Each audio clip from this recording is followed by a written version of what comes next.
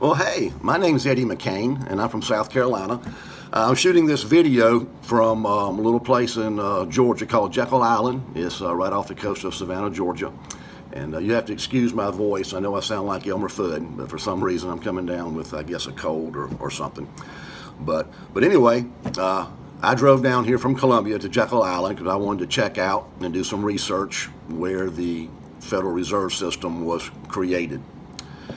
And I decided I wanted to shoot a video, and I want to talk about 3 events that changed our founders' direction for the United States. You know, our founders were descendants of Great Britain, of England, and we fought an 8-year war with King George for our independence. And based on their history, their experiences, they created a little, if it was on regular paper, it'd be about 4 pages, the United States Constitution, which is the game plan for a society to live as free people. And I want to talk about several events that changed our founders' direction for the United States. I want to talk about, real quickly, the 16th Amendment, which is the federal income tax amendment. Prior to 1913, we did not pay the federal government tax on our labor. So I'm going to talk about that. I want to talk about the 17th Amendment. Prior to 1913, we did not elect our U.S. senators by popular vote. You know, like I'm from South Carolina, so my 2 U.S. senators are Senator Lindsey Graham and Senator Tim Scott, and their names were on the ballot, and they were elected as our U.S. senators by popular vote. Prior to 1913, U.S. senators were appointed by the individual states' state legislature. So they represented the state. The House of Representatives, your local congressman, represented you. So I want to talk about that. And then I want to talk about the Federal Reserve System, which is not federal. They use that name federal to deceive people into believing that it was part of the government.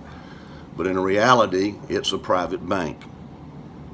And then probably tomorrow, I'm going to drive to Elberton, Georgia, and I'm going to continue this video by showing you the Georgia Guidestones. It's a large, I think it's 19-foot monument dedicated to the 10 Commandments of the globalists, the New World Order. It lists their 10 Commandments, and I believe it's listed in 8 different languages. And we're going to talk about that. In a few minutes, when I finish this, I'm going to scoot on up the road here a piece, and I'm going to show you the room where the Federal Reserve was actually orchestrated and put together back in actually 1910 by some of the most wealthy men in the country at that time. But let's talk about the 16th Amendment. As I just said, prior to 1913, we did not pay an income tax, a tax on our labor, to the federal government. And right now, there's a lot in the news about taxes. I picked up the USA Today paper today.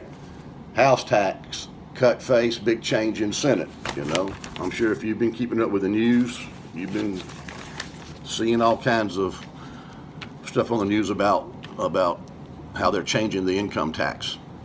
It's nothing new, man, you know, but they're not hitting the source. What our Congress is doing is just cosmetic.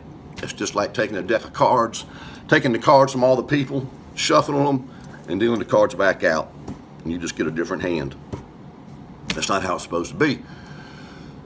16th Amendment gave us the federal income tax. The problem with that is our founders did not want a direct tax from the people to the federal government. There are 2 different types of taxes. There's a direct tax and there's an indirect tax. We have a direct tax now, meaning that the very people that spend our tax money, our federal tax money, collect our federal tax money.